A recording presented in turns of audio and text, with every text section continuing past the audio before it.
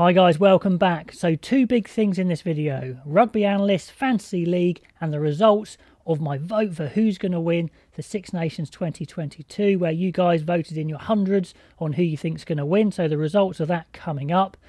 But first of all, a big thanks to the guys in the comments section who said you've got to do a fantasy league. You're absolutely right. I've been thinking about it for a while.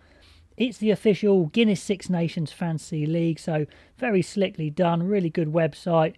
All you have to do is copy and paste the link in the description below. That will get you to my league, so you'll join the Rugby Analyst League, and it'll be fantastic to have hundreds of you guys in that league there. Now, if you come out on top of the Rugby Analyst League, I will hook you up with a training shirt for your favourite nation as a prize. I think that's only fair. So copy and paste that link in the description below. Get yourself signed up and pick your team. Now, quickly, I'm going to go through some of the rules. You can read it at your leisure, but you have a 250 star limit.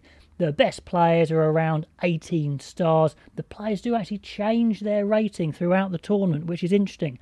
So if a certain player is having an absolute stormer, they will become more expensive. You can change your team between rounds, that's absolutely fine, but like I said, the players will change in value, so the hot players will become more expensive. 4 per nation maximum. Normal team composition, there's a subs bench where if they come off the bench, they score extra points. You've got to choose a captain, which is just doubling the points of one particular player. There's team points, there's individual points. For example, a home win's worth 8 points and away win's worth 12 points. So, pick the teams that you think are obviously going to win the most. Individually, you have tackles. So if a player makes a lot of tackles, they rack up points. Dominant tackles are 3 points. Line breaks, meters carried, man of the match, tries, conversions, all those sorts of things. Minus for obviously yellow and red cards. So all that fun stuff. Have a look through the scoring there. And for fun, guys, I'm going to go through my team. I'm kind of giving away my secrets. I'm sure you can do better than me, but also say who I think was quite a good bargain. So anyway, at the back, I've gone for Stuart Hogg. He was a marquee player, splashed out on him, full 18 points. I think he's going to score some tries. He's already the top Scottish point scorer, so I can't see Scotland not scoring a hatful of tries, and Hogg certainly, I think, will get on the end of some of them, as will Duan van der Merwe. He's quite expensive at 16 points.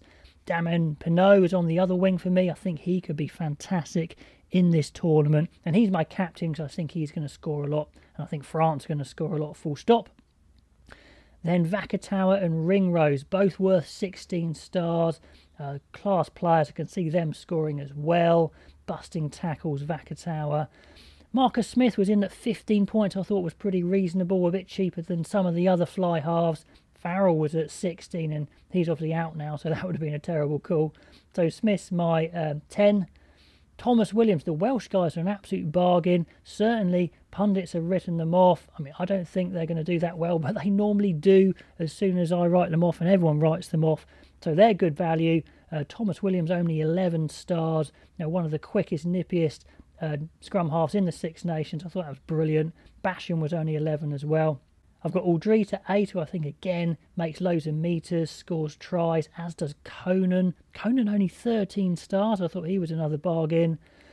Law's in the second row, even though he's going to play flanker. I thought that's quite a good call to get a second row who probably will play a bit wider out. Gray's going to go through a bucket of tackles and hopefully rack up some points for me there. And I've splashed out on Furlong for 15 points and Porter there. I want those Irish props. I think they're absolute magic. And Marchand, I hope he starts for France. They've got some other good hookers as well. Only 13 stars. I thought he was quite good. On the bench, I picked some guys who I thought would be on the bench and coming on. Quirk for England, George for England, both could come on. I could see them scoring.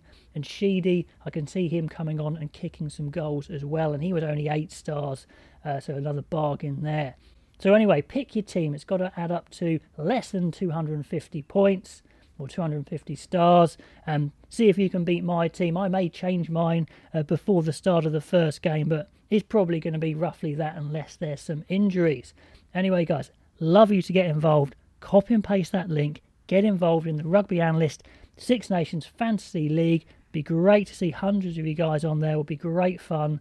I'll have regular updates as to who's doing well, who's had the best round, where I am, who's beating me, all those sorts of things. Should add another extra fun element to the Six Nations if you need any more.